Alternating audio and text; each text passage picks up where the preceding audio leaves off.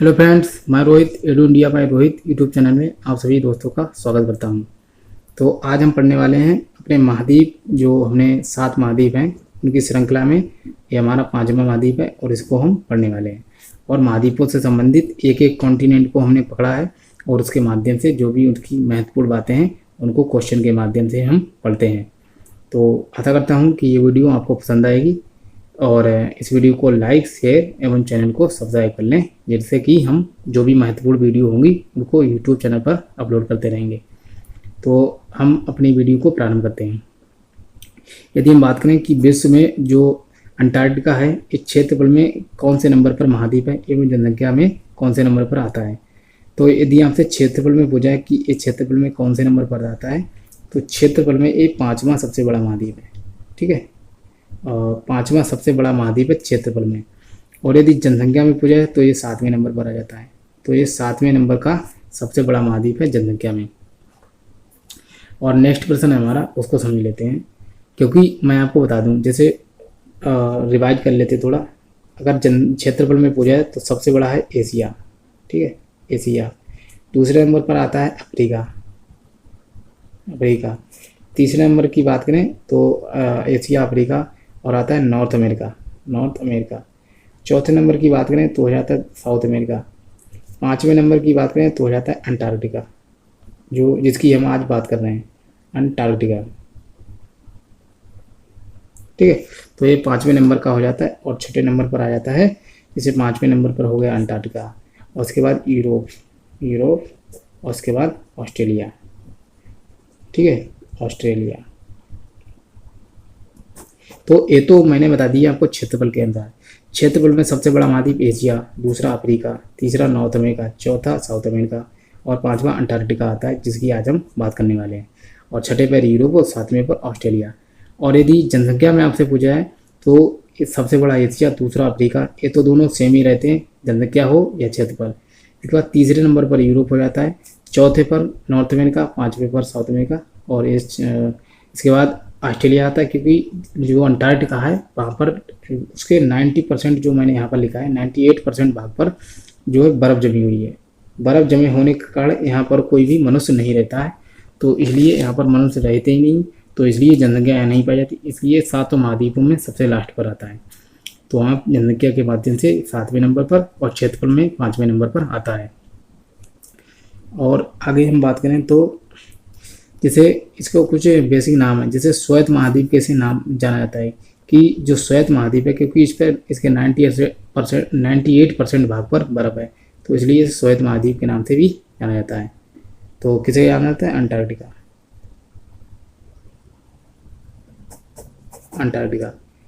Next question है हमारा, पृथ्वी का सबसे ठंडा एवं शुष्क महाद्वीप कौन सा है? तो पृथ्वी का सबसे ठंडा एवं शुष्क महाद्वीप के रूप से जाना जाए तो इसी का नाम आता है अंटार्कटिका। ठीक है, नेक्स्ट क्वेश्चन है हमारा, अंटार्कटिका की सबसे ऊंची चोटी कौन सी है? तो नाम है विन्सन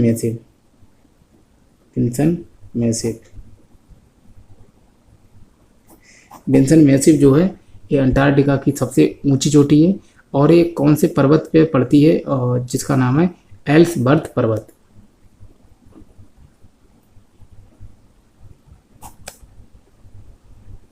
एल्सवर्थ पर्वत जो है इसी पर पड़ने वाली ये चोटी है। और ये जो है इसकी यदि बात करें तो ये 2228 मीटर की ऊंचाई है। 2228 मीटर ऊंची ये चोटी है और ये एल्सवर्थ पर्वत पर पड़ने वाली चोटी है।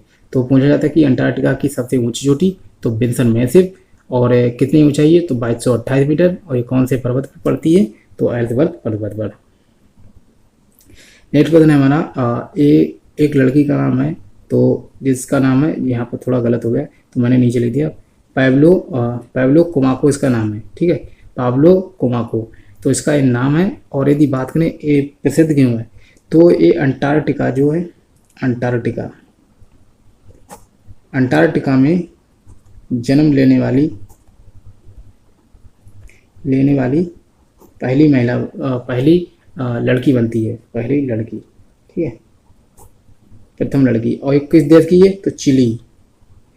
तो इसने इसके इसके ऊपर जो है विशेष बात यह है कि ये अफ्रीका जो अंटार्कटिका महाद्वीप है, अंटार्कटिका महाद्वीप में जन्म लेने वाली पहली लड़की बनी जो कि चिली की है। तो चिली की पहली नागरिक बनी जिसने जो है अंटार्कटिका में जन्म लिया। और कब लिया था जन्म? तो 1984 में इसने जन्म लिया था। 1984 में जन्म लिया था। इस लड़की का नाम है पाब्लो कोमाको और अंटार्कटिका में जन्म लेने वाली पहली लड़की बनी जो कि चिली की रहने वाली है और अंटार्कटिका में 1984 में इसने जन्म लिया था। नेक्स्ट क्वेश्चन है अंटार्कटिका की सबसे लंबी नदी कौन सी है? तो उसको समझ लेते हैं।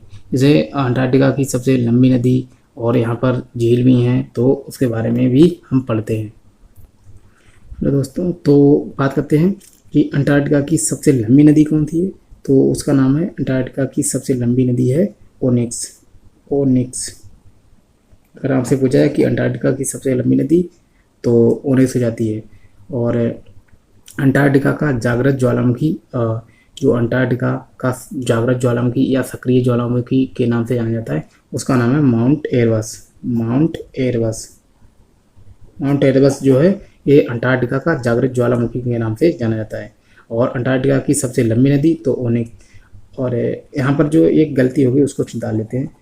तो जो माउंट विंसन मैसिव है इसकी जो ऊंचाई है वो यहाँ पर जो 2228 मैंने बताया ये गलत है।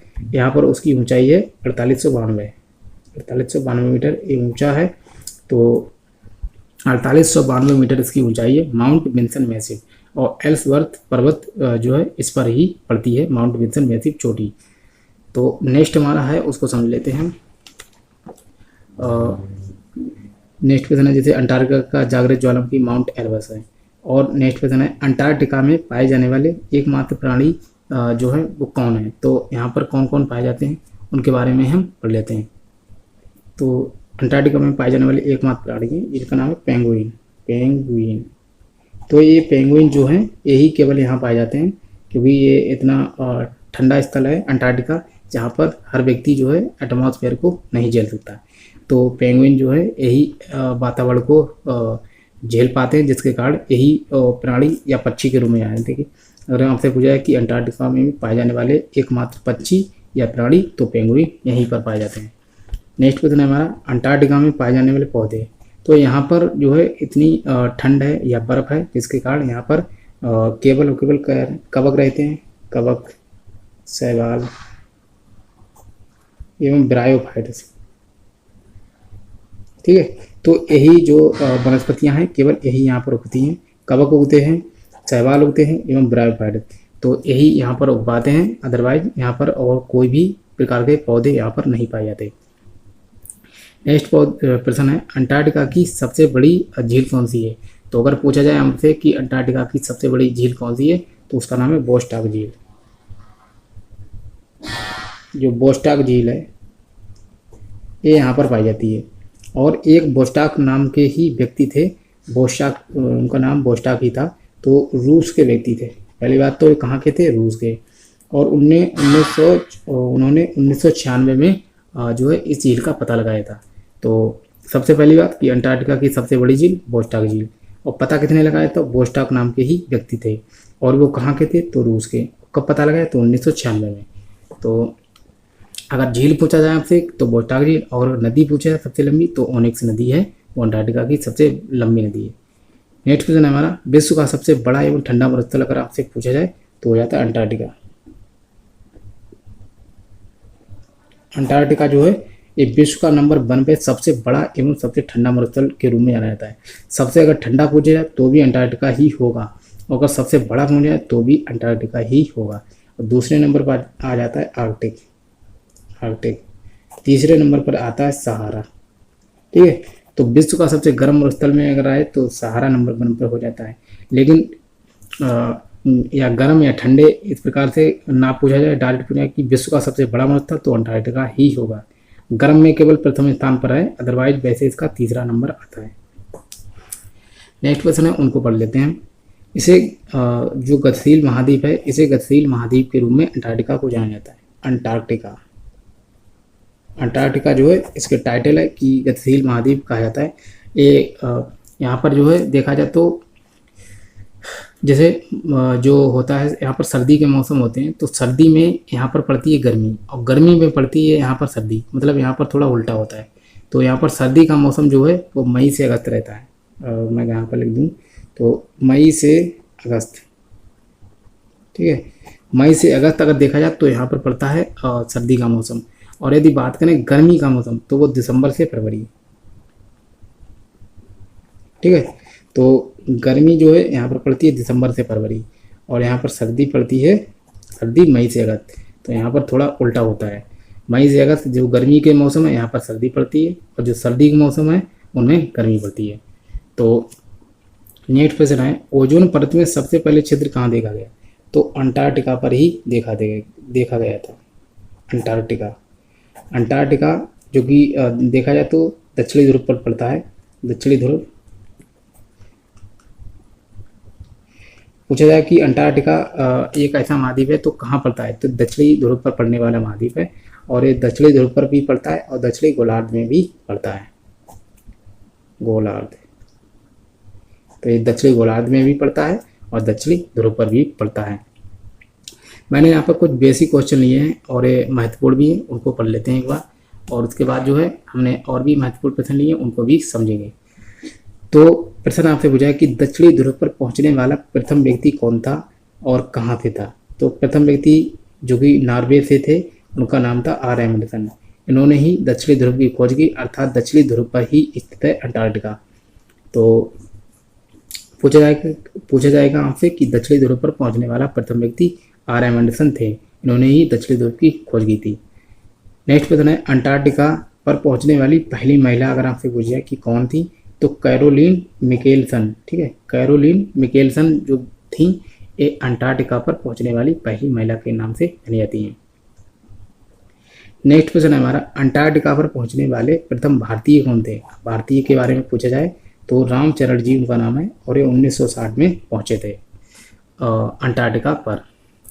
नेक्स्ट जो है प्रश्न उसको समझ लेते हैं। जैसे अंटार्कटिका के 98% भाग पर जो है बर्फ पाई जाती है, जिसके कारण यहाँ पर मानव तो रह नहीं सकते, तो इसके कारण ये जो महाद्वीप है इसे प्रकृति द्वारा प्रदत्त या प्रकृति के लिए प्रदत्त महाद्वीप के रूप में भी जाना जाता है। और यहाँ पर विभिन्न देशों द्वारा जो है अनुसंधान या मतलब अनुसंधान रिसर्च की जाती है यहाँ पर कि क्या उचित हो सकता है। तो इसके माध्यम से हमारे भारत द्वारा जो है 3 अनुसंधान सेंटर लगाए गए थे। तो बात करें, पहला था दक्षिण गंगोत्री जो कि 1983 में स्थापित किया गया था। दूसरे का नाम है मैत्री जो कि 1989 में स्थापित किया गया था, और तीसरा भारती। तो दक्षिण गंगोत्री, मैत्री एवं भारती ये 3 रिसर्च सेंटर जो है हमारे भारत द्वारा अंटार्कटिका में लगाए गए थे।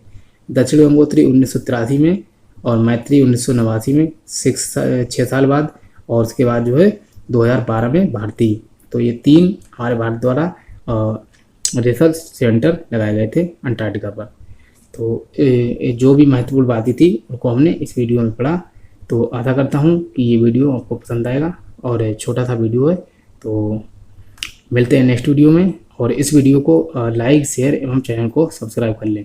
तो जय हिंद, वंदे मातरम।